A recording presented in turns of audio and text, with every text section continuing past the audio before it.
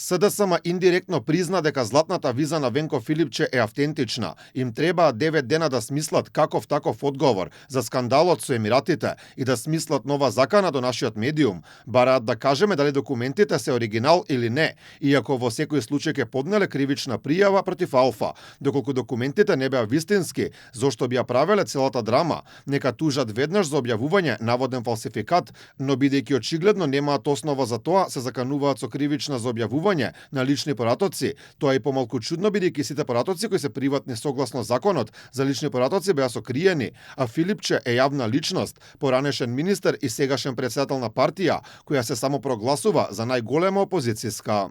Бидејќи Алфа ТВ објави документи за претседателот Филипче, им даваме рок од 24 часа да излезат пред граѓаните и да одговорат.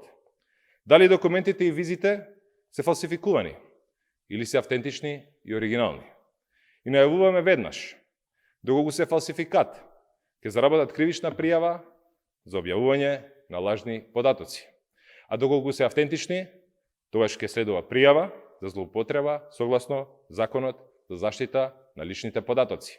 И покрај сите осуди за нападите кон Алфа, СДСМ продолжува по старо, што е целосно спротивно на европските вредности и принципи. Пред најавата за новата кривична, самиот Филипче на платформата X, повикувајќи се на наслов за најава на некакви акции во Унгарија против медиуми, реши повторно да ја нападне Алфа. Што ќе речат сега? Алфа ТВ, нивните портали, Бетмен, Ивона, Латас, Геро, Ман и останатите соучесници? На крајот најмногу ме интересира што ќе каже шефот на мафијата Мицкоски. Изгледа дека доаѓа времето на вистината, правдата и одговорноста. Овие наши патриоти ќе мора да полагаат сметка. Инаку на темата виза, Филипче уште лани се демантираше самиот себе. Прво немал, па имал зашто бил доктор. За после да биде објавено дека била за да биде извршен директор во Дубај на 25 април 2025, прво немаше.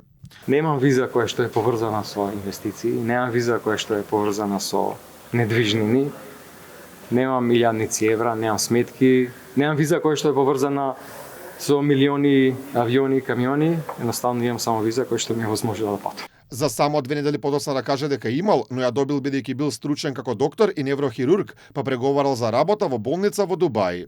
Пред периодот да се кандидирам за претседател и на партијата, односно претходно пратеник, бев во преговори со една болница во Дубај за работа таму.